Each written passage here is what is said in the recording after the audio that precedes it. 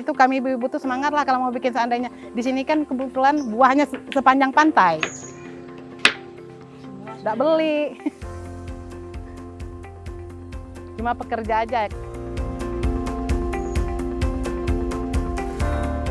Kita bersama kelompok itu kerjasama.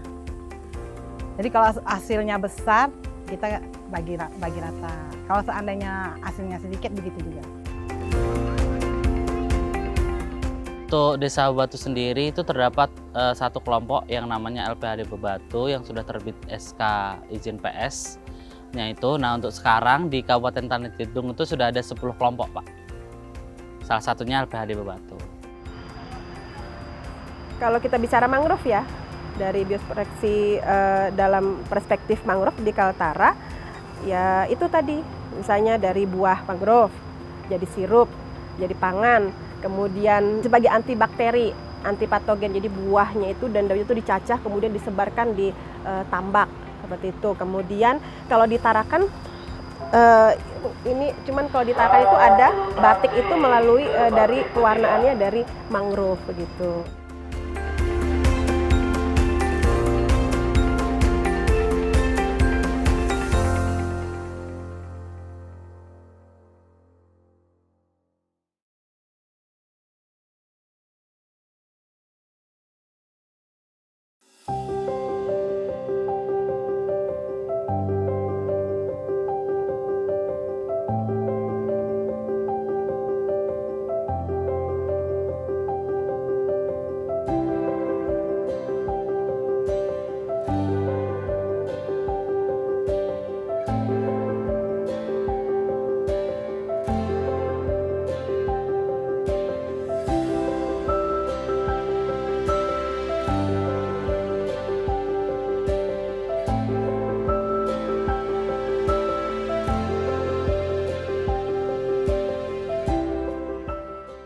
LPHD Bebatu sendiri sejauh ini kan sudah ada terbentuk 3 KUPS ya Pak ya.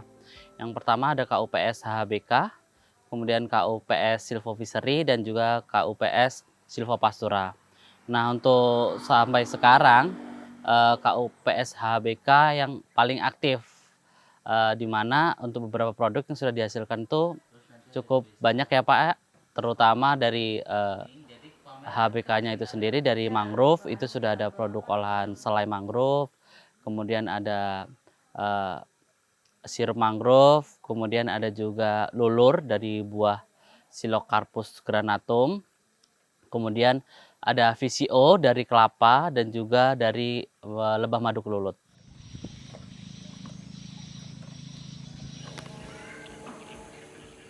Kemarin ada datang dari orang provinsi mengatakan bahwa di sini ada yang bisa memanfaatkan buah mangrove. Jadi mereka bilang begini, di sini kan ada buah buah perengat. Jadi dia bilang gini, kalau bisa buah mangrove-nya kita olah dijadikan ini. Setelah itu dia mendatangi dari provinsi, itu ada pelatihan di kantor desa. Ya, itu betul sudah sirup ya.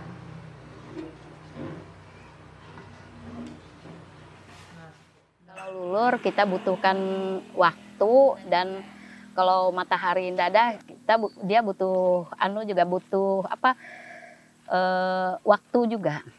Kalau lulur kan ini sudah diambil dari pokoknya, sudah itu dibuang kulit besarnya dulu. Sudah itu ada lagi kulit di dalamnya, dibuang lagi. Sudah itu baru diiris, dijemur. Kalau dijemur, kalau matahari full dari pagi sampai sore, dia bisa 1 hari. Tapi kalau matahari setengah-setengah begini, dia nyambung lagi sampai besoknya. Sudah itu kalau sudah kering, baru di blender. Sudah di blender, baru dicampur sama rempah-rempah gitu. Masih 2 kali ya, Cer. Ini bisa bikin uluran nih, Cer. Jadi tuh kami ibu-ibu tuh semangat lah kalau mau bikin, seandainya di sini kan kebetulan buahnya sepanjang pantai. Nggak beli, cuma pekerja aja. Kadang-kadang tuh kan ibu-ibu tuh kayak mana ya, kalau mau ngambil buah, siapa sih kita suruh ngambil buah kalau air pasang. Jadi kita suruh anak-anak laki-laki atau macam Pak Alus minta tolong ambil.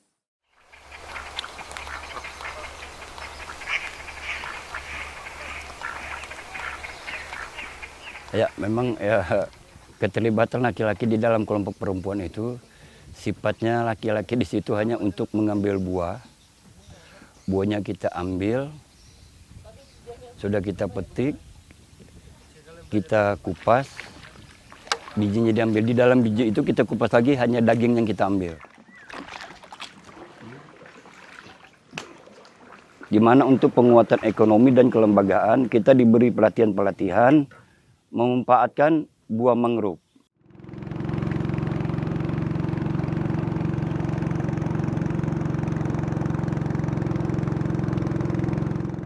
Nah, terutama buah-buah mangrove itu khasiatnya lebih besar, terutama untuk kesehatan, ya juga untuk ini untuk bahan baku kosmetik. Banyak nih bisa.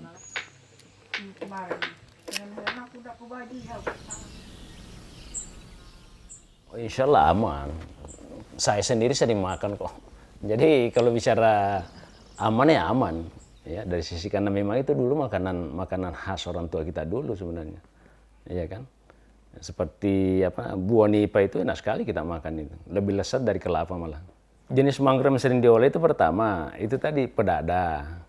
Kemudian sekarang ini kami di fakultasnya sebenarnya mengembangkan lulur atau bedak.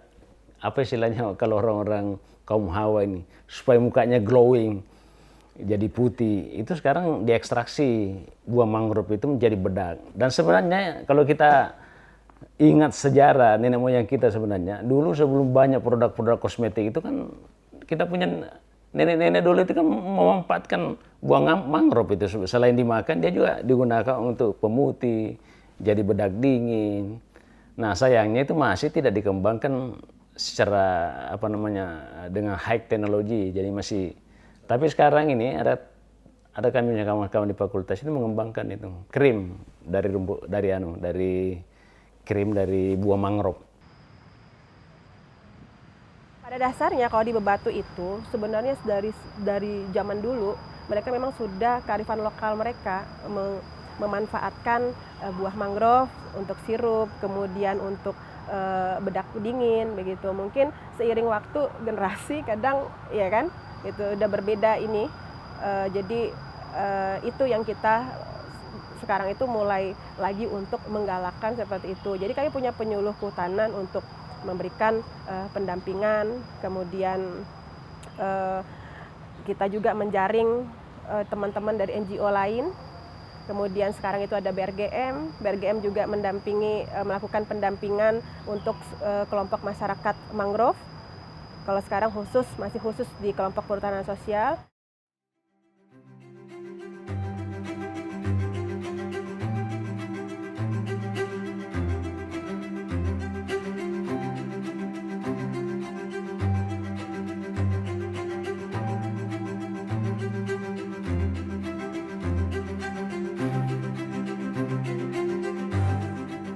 Jadi sebenarnya kalau kita bicara bioprospektif itu berasal dari biodiversity and prospektif.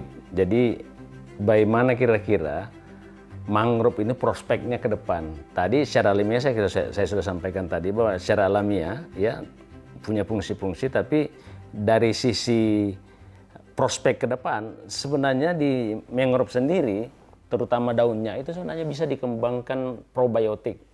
Jadi ada beberapa pupuk cair yang sekarang digunakan para petambak untuk bagaimana supaya udahnya tidak sakit, mempercepat penyerapan makanannya. Ternyata salah satu bahan bakunya itu dari daun mangrove. Apa?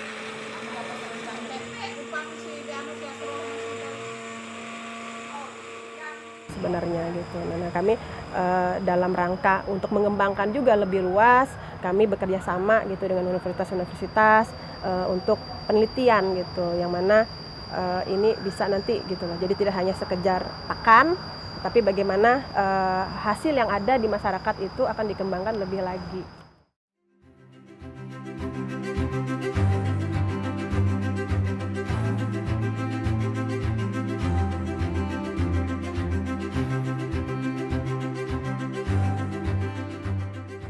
Memang kawasan atau area mangrove di Kaltara itu kan luas sekali.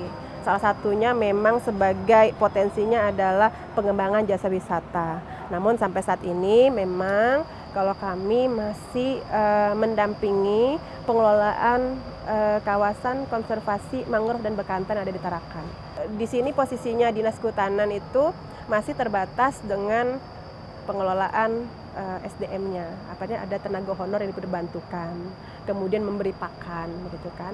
Namun ya itu yang kami harapkan tadi, karena untuk mengembang suatu potensi, itu kan untuk menjadi luas dan menjadi lebih baik, itu tidak bisa hanya di satu OPD saja, ya kan. Ada pariwisata, kami berharap pariwisata, kemudian dari pihak lainnya, mungkin dari NGO, dari luar, begitu. Nah, kami berharap seperti itu, gitu. Jadi bisa saling bersinergi, berkolaborasi.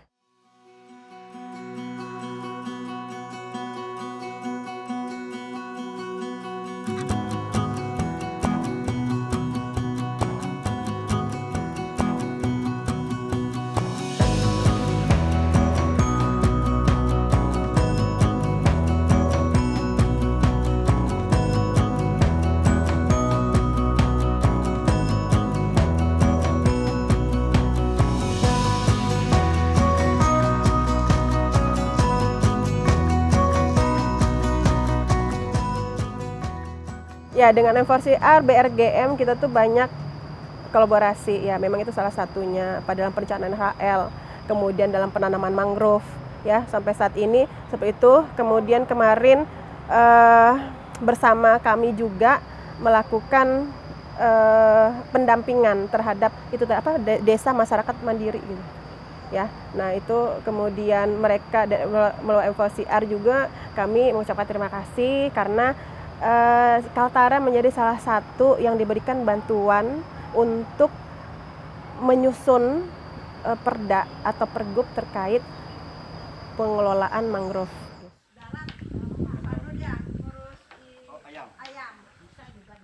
Nah, kalau untuk dampak sosialnya memang saat ini dampaknya sudah banyak perubahan di desa kita dan masyarakat kita sudah banyak mengenal namanya mangrove. Yang kemarin taunya bakau apa-apa kan, sekarang taunya mangrove sudah paham mereka.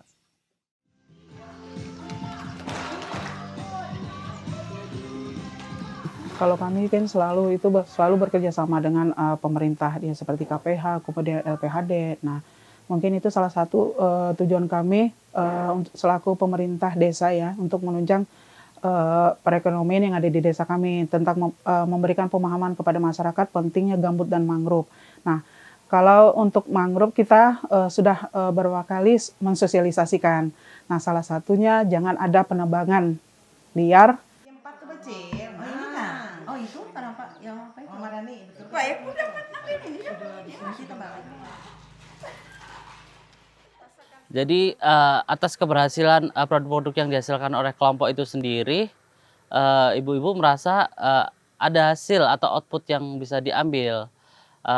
Karena apa? Dengan produk yang dihasilkan itu dapat dijual dan menghasilkan uang, sehingga dapat meningkatkan perekonomian keluarga masing-masing seperti itu. Nah, itu yang menjadi PR bagi kami ya. Kita membutuhkan pendampingan mungkin dari OPD lain, kemudian dari universitas kami membuka kesempatan membuka iyalah lebar-lebar yang penting itu untuk masyarakat begitu ya, karena seperti izin IRT ya. Itu kan, nah itu yang masyarakat sebagian besar belum punya gitu. Pendampingan itu tetap terus kami melakukan gitu. Memang sekarang seperti itu Mas, jadi didampingi oleh penyuluh kami gitu, nanti ke OPD terkait.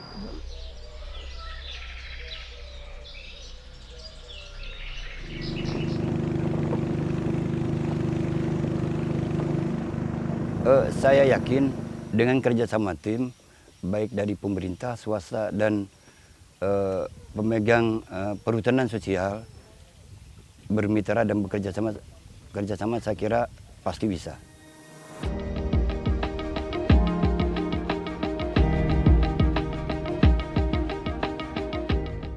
Oh iya, karena dia masih punya PR. Ya, karena masih ada toh gitu. Bukan tentang masih diperlukan, ya memang itulah bentuk kolaborasi yang kita butuhkan. Ya kan? Lembaga, kementerian, pemerintah provinsi, pemerintah daerah. Makanya Pak Prabowo mengarahkan begitu kan. Program itu ya harus sinergi pemerintah pusat, pemerintah daerah. Itu nggak bisa sendiri-sendiri. Kalau kami ya dari Dinas Kehutanan sebagai pemangku terkait kegiatan kehutanan yang menjalani visi misi gubernur kami, ya tentunya ya rehabilitasi mangrove ini sangat penting bagi kami. Dan kami berharap bahwa bukan hanya kami berharap kolaborasi, makin banyak para pihak yang bisa berkolaborasi, kan? Bukan hanya terkait penanaman saja, tapi terhadap pengembangan potensi yang ada. Yang tadi salah satu saya sampaikan ada karbon di situ.